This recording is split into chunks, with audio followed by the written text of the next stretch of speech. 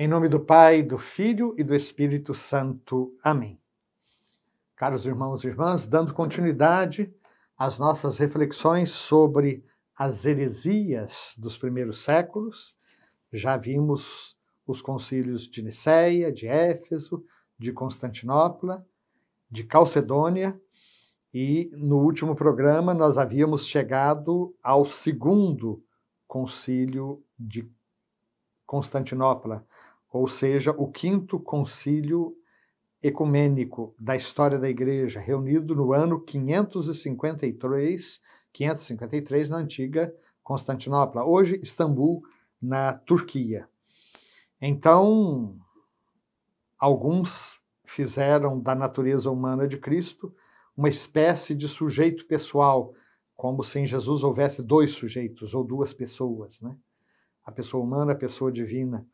E aí o Concílio II de Constantinopla, ele vai professar a respeito do Cristo que não há senão uma única hipóstase ou pessoa, né? Que é nosso Senhor Jesus Cristo, um da Trindade. Na humanidade de Cristo, portanto, tudo deve ser atribuído à sua pessoa divina como a seu sujeito próprio. O Espírito Santo habita em nós, mas o Espírito Santo não é o sujeito das minhas ações. O sujeito das minhas ações sou eu. E nem sempre eu dou ouvidos ao Espírito Santo. No caso de Jesus era diferente. Nele não eram duas pessoas, o Verbo que se encarnou e o homem que nasceu da Virgem Maria. Na realidade, havia ali uma única pessoa, o responsável por todas as ações de Jesus era a segunda pessoa da Santíssima Trindade. Então, na humanidade de Cristo, tudo deve ser atribuído a esta pessoa divina como a seu sujeito próprio. Não somente os milagres, mas também os sofrimentos e até a própria morte. Aquele que foi crucificado na carne, nosso Senhor Jesus Cristo, é verdadeiro Deus, Senhor da glória e um da Santíssima Trindade. E aí chegamos ao parágrafo número 469. A Igreja confessa assim que Jesus é inseparavelmente verdadeiro Deus e verdadeiro homem. Ele é verdadeiramente o Filho de Deus que se fez homem, nosso irmão, e isso sem deixar de ser Deus, nosso Senhor. E aí o nosso catecismo traz algumas citações da própria liturgia, seja da liturgia romana, seja da liturgia bizantina, que expressam isso.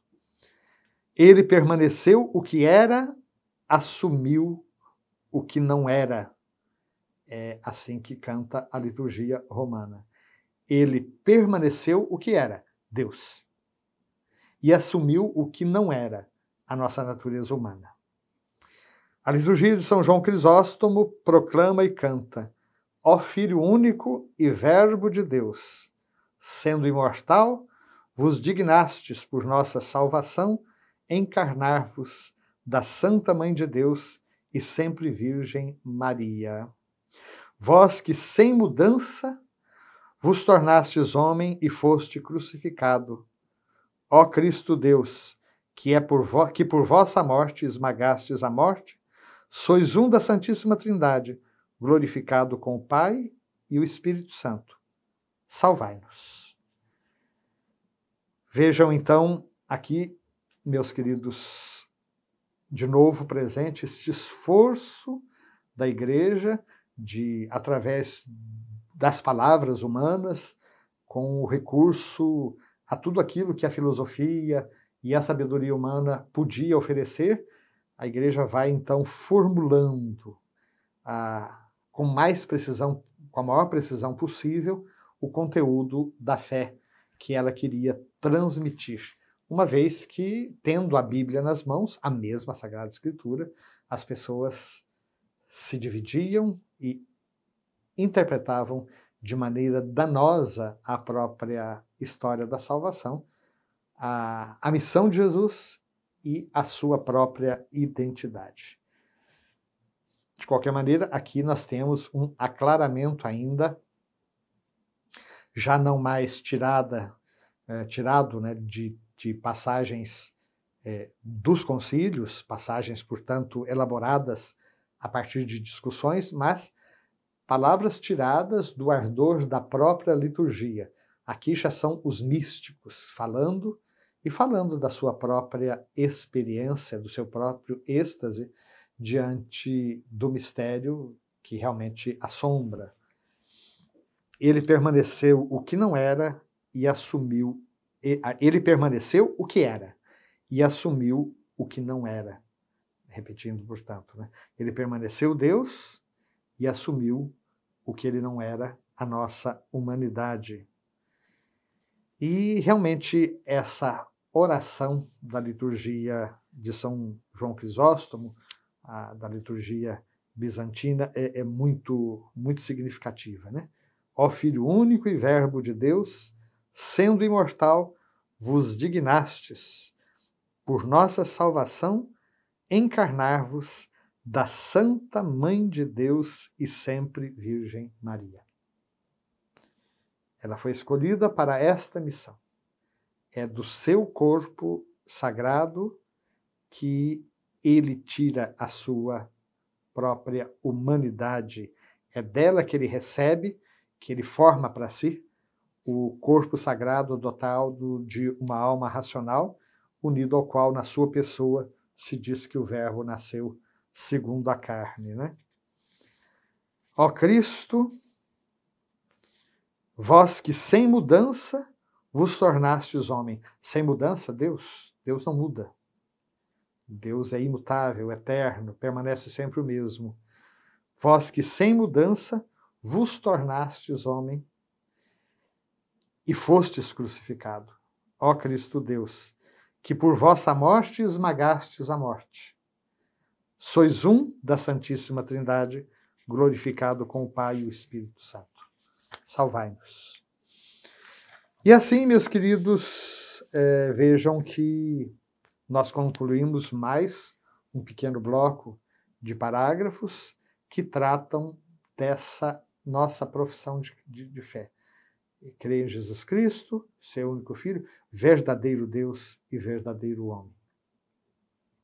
Vimos aí dos parágrafos 464 até 469, um pouco dos grandes concílios da Antiguidade, dos 5 primeiros concílios, que tiveram que fazer este esforço para aclarar sempre mais a própria identidade do Filho de Deus e a própria realidade da nossa salvação. Então, quando a Igreja empenha pela primeira vez a sua autoridade em Nicéia, é para defender justamente a divindade de Jesus. Mas depois, quando a Igreja se reúne em Calcedônia, ela vai defender justamente esta unidade de que em Cristo havia uma verdadeira humanidade e uma verdadeira divindade. Ele era verdadeiro Deus e verdadeiro homem. Quando a Igreja se reúne em Éfeso, ela estava negando que em Jesus havia 2 pessoas, a pessoa divina e a pessoa humana. Mas, na realidade, havia uma unidade unida à pessoa divina do Filho de Deus, de modo que o Filho de Deus era o sujeito de todas as ações de Jesus. E é por isso, nesse mesmo contexto, que no Concílio de Éfeso, a Igreja vai declarar que Maria era mãe de Deus e não apenas mãe do homem Jesus ou mãe do Cristo, porque aquele que nasceu de Maria era inseparavelmente Deus e homem. Não 2 pessoas, uma única pessoa. Eu e o Espírito Santo somos 2 pessoas. Jesus e o Verbo, segunda pessoa da Santíssima Trindade, são uma única pessoa, o Verbo que se fez carne. E assim, nós vamos percorrendo essa história, percebendo, né, que essas mesmas heresias, esses mesmos erros que chacoalharam a Igreja nos primeiros séculos, nos seus 6, 7 primeiros séculos, elas continuam até hoje sendo uma ameaça permanente à nossa fé e que desafiam a nossa missionariedade.